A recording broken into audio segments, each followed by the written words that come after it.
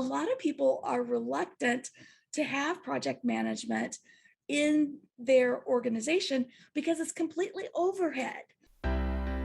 Hello, and welcome to the Everyday Business Problems Podcast. I'm your host, Dave Chrysler. Each episode, we talk to business leaders and subject matter experts to learn about the challenges they've overcome and the challenges they still face. You'll hear fresh insights, real talk, and get inspiration to grow your business. Hey everybody, so excited to be welcoming back Angela Thurman today. Angela is a certified project management professional and the owner of Thurman Co., a management consulting firm based out of Houston, Texas. Angela, I am so excited to have you back on the podcast. Welcome back to the Everyday Business Problems Podcast. Thanks, David. Thank you so much. It's good to be here. Yeah, so we had a really great conversation in general about project management, and I'm excited to kind of dive into this topic a little bit further with you. And really the question that's been posed is, when it comes to project management, where does it belong? Does it belong in operations? Does it belong in product development? What bucket should we be putting in project management? So I'd love to hear from you. I definitely have my own opinion on it, but I'd love to hear from you kind of at a high level, what you think about that question in general, and then we'll kind of dive in a little bit deeper. Sure. So I have my preference, and there are definitely pros and cons to having it in either operations or in product development or business development, probably. But you will see it very frequently in operations. I don't really know why. I think that a lot of companies think of project management and having it in the whole planning cycle with sales and having it with like the fulfillment cycle. And you will see it there. And I've experienced that in my career. Yeah, I think from my perspective, to your point, you see it in a lot of different areas. Mm-hmm.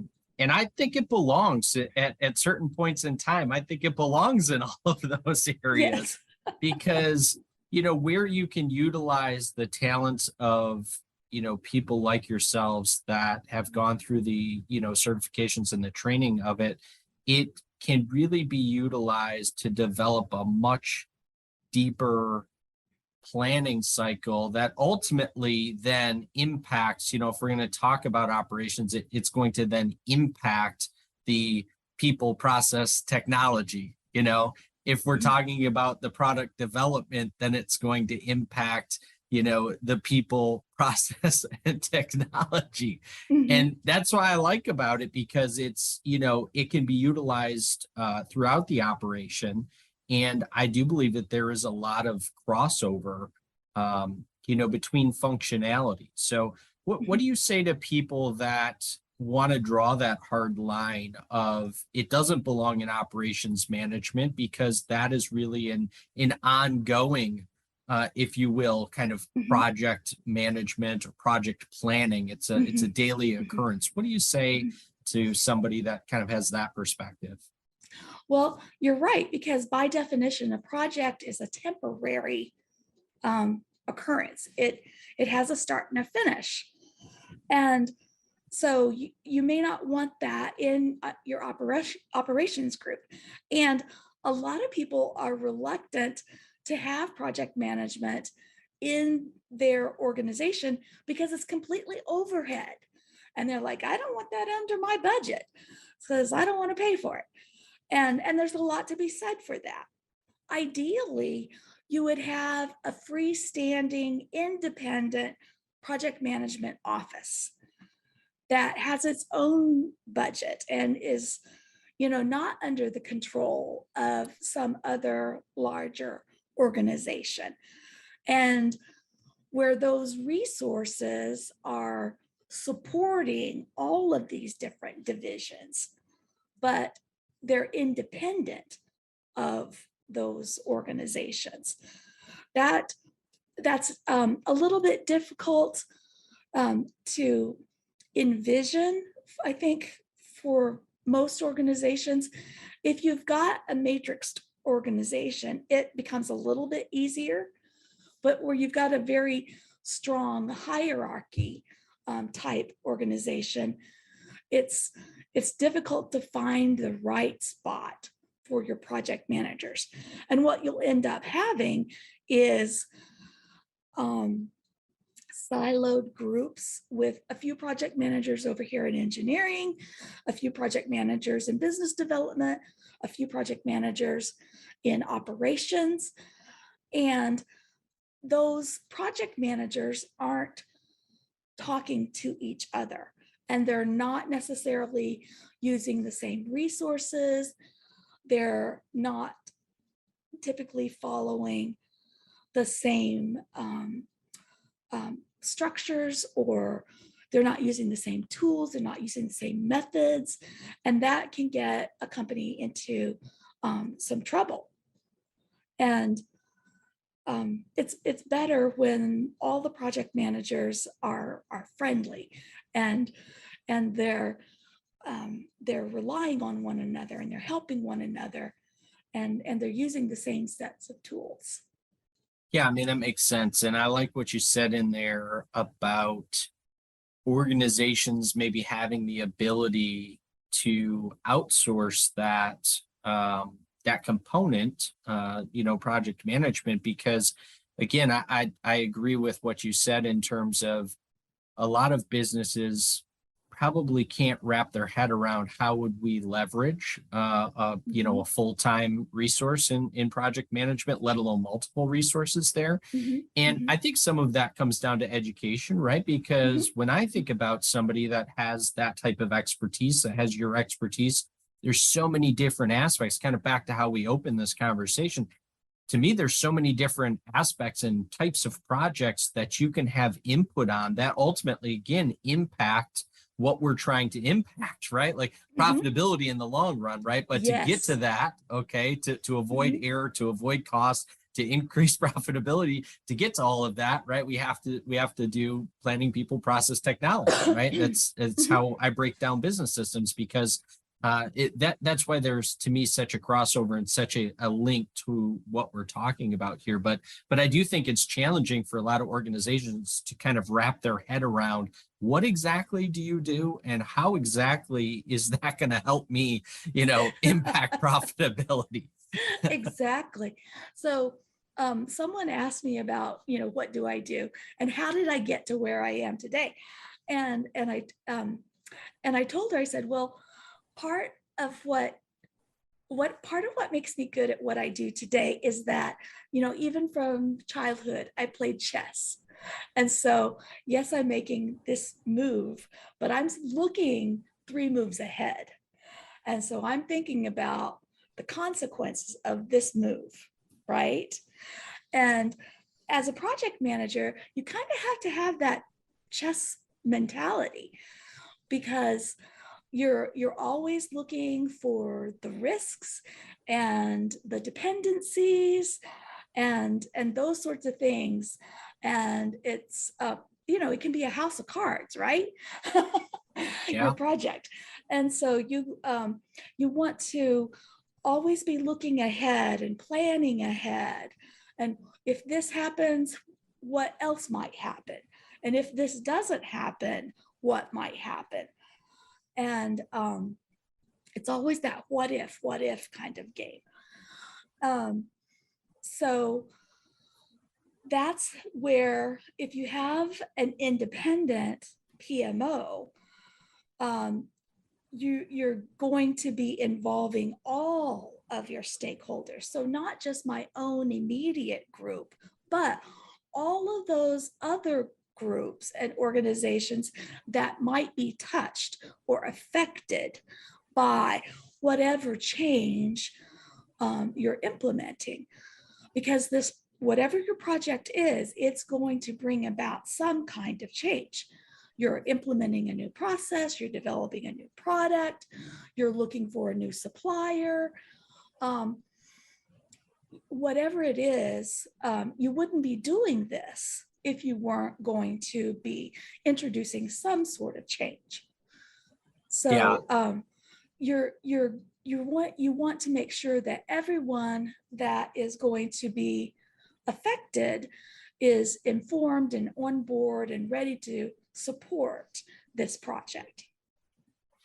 Yeah, it's a great perspective. And I think getting back to what we were saying in terms of how organizations can leverage, Yes. people with this skill set, it's really understanding how many, departments, people, vendor, how many things that you guys ultimately touch throughout one of these project cycles, and kind of getting in this mindset of looking at some of the initiatives through a project lens, where sometimes, I'd love to get your takeaway on this because I can only speak from my experience, but sometimes I think in especially larger organizations, right, and definitely in the SMB space as well, but the bigger the organization, kind of more challenges I find that this entails. But it's kind of that, these projects don't really get put into a project bucket. They kind of get in and shifted into people's just daily responsibilities.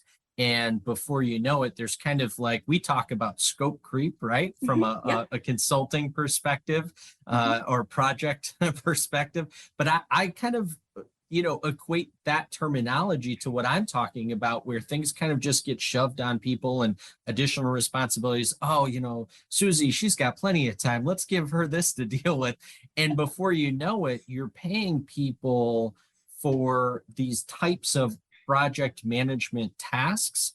Yet what you're really doing from a business perspective is you are not utilizing the resources that you have for what they were intended for.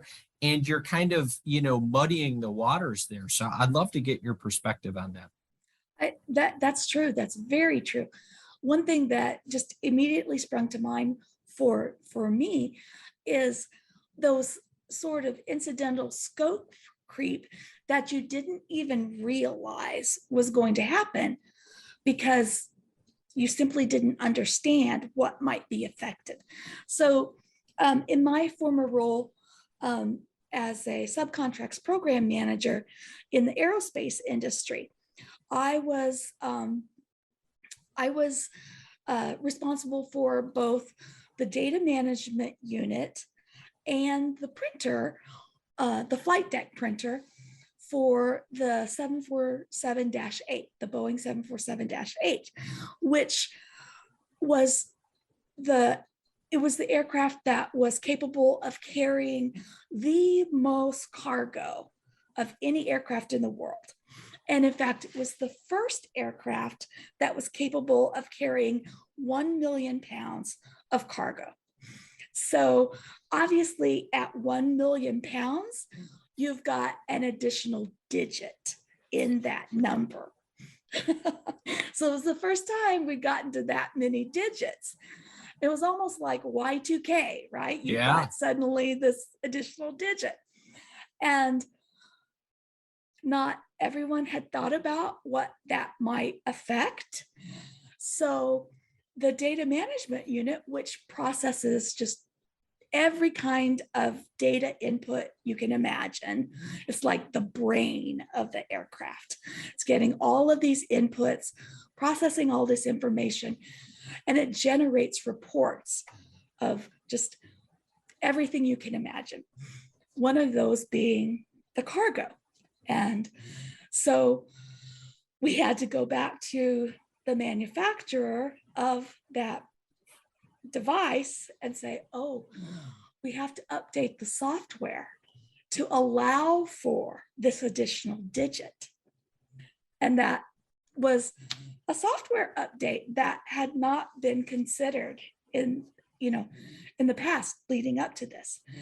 And then we also had to consider, does the printer allow for this many digits? Can we run reports of all the cargo? And so we had to do both of those things. And luckily, of course, everything was okay, but it was a risk that we had to offset. So yeah, what a great example though, just from the standpoint of, again, you don't know what you don't know Exactly. until you start to get into some of these things. And again, when you really take a look at it from a high level, I get back to the collective brain power idea, right? And I'm always Mhm. talking about this because it it really touches so many different things. Mhm. And I think in general, we need to figure out ways to simplify the things that we are doing, whether we're talking about from a project management standpoint, specific processes within, kind of the project we're looking at, how those, ultimate relate to the entire system, how we talk about all these things, right? And I really Mhm. feel like the only way to get through all of those things is by engaging people and engaging the right people, not just Mhm. bringing a bunch of people together, but really looking for resources that are going to help you, move the needle. And Yes. again, when I get back to it and thinking about, how could a company take advantage of, outsourcing some of these initiatives that they have. Mhm. I think what you said earlier is a great way to look at it from the standpoint of, again, you know, let's keep the resources doing, that we already have, doing what they're the best at. I used Mhm. to go into print manufacturing. I have a long-standing history in print manufacturing, and I can't tell you the number of organizations that I would go into where I would see somebody from the front office, let's say, who's responsible for sales, out Mhm. in the shop, putting together a hand assembly piece or something like that. And Uh-huh. just, inevitably start asking questions, right? And it's like, well, why do you have, Susie out here doing, well, we have this hot job. It's got to get out. We got to get it done. It's like, yeah, but on the other side of that, what is Susie responsible for that she's not able to get done? And I think this is the same type of a situation where the conversation needs to be more around, not just does project management belong in operations? Does it belong in product development? Does it belong somewhere very specific? Mhm. Versus looking at how do we leverage that as a resource to, impact this initiative that we have. We have an initiative to maybe, implement a new ERP. We have an Mhm. initiative to reduce inventory spend. We have an initiative to, fill in the blank. So Mhm. Mhm. So those are all good questions. I think that one thing is you want to always start by looking at your lessons learned. So, does the company have any lessons learned that they've captured from similar activities in the past? Because you don't want to, repeat um, mistakes that you've made in the past. And why reinvent the wheel? So, that would be one thing to do. And then you're absolutely right. You want the people who are in place to continue to do the things that they are best at. And you actually don't gain anything by moving someone who's an excellent salesperson out to the manufacturing floor to try and get out a hot job because they don't know what they're doing and they're actually going to help. They're going to delay the process because they don't know what they're doing. Um, and I think that that's a mistake. And but that's my opinion. Um, I think that you probably have some resources internally that maybe are getting stuck or assigned to doing project management. I see that a lot. And a lot of people are getting stuck with the title project manager or some type of project title when they have no idea what real project management is. And that's unfortunate because it's really doing them a disservice. Um, they likely are not very successful in the role and probably because they're not properly trained. I see, and this just kind of burns me up a little bit when I see all these ads on TV or on the web where it's like, become a project manager in 6 weeks. And I'm like, really? Maybe you can take a great course. Yeah. And that's wonderful. That's a great foundation. But to be effective, you have to have some skin in the game. You have to have a little bit of experience. And so I would definitely recommend taking the courses, but unless you've had a little, I mean, you can't even sit for the PMP until you've had like 6 years of experience. So I don't know exactly at what point you can begin to call yourself a project manager. But it's challenging, I think, too, from that standpoint, because again, I look at it from an organization's perspective, and people that get those types of responsibilities kind of by default, and in some cases it's not by default, right? It's they're actively going out and hiring people for these roles that maybe aren't qualified. Maybe they're, from a company perspective, they don't have the budget to bring in a certified PMP. But what happens, I feel like, is, when people that are in those types of roles that don't understand fully the scope and understand what kind of impact they could really have because they lack some of that experience or the certification itself, it kind of is twofold, right? The business then kind of says it reinforces the case of, well, see, we don't really need, we're not really getting what we're paying for with a junior person that doesn't really understand how to impact this project or how to impact, this initiative. So it kind of reinforces the bad. I mean, do you find that as well when you end up coming across, kind of these situations where they're shoehorning, unfortunate souls into this role? Yes, yes. That are, because I feel like it's kind of like, the operations consultant, like, there's, when you've lived through some real ugly situations, Exactly. you get to understand a little bit about what it takes, and to your point earlier, how to foresee, how to look into the future and figure out, well, I better plug a hole over here and plug a hole over here. But do you find that in those situations, those companies have kind of really handcuffed themselves, and that it's reinforcing like their own narrative about their perceptions of project management, or do you see something different? I think that it does. And unfortunately, it gives the whole project management group a bad reputation, because people will say, oh, well, the projects are always late. They're always over budget. They never fully meet the requirements. And what can one say? But, well, yeah, because your project managers are not really project managers.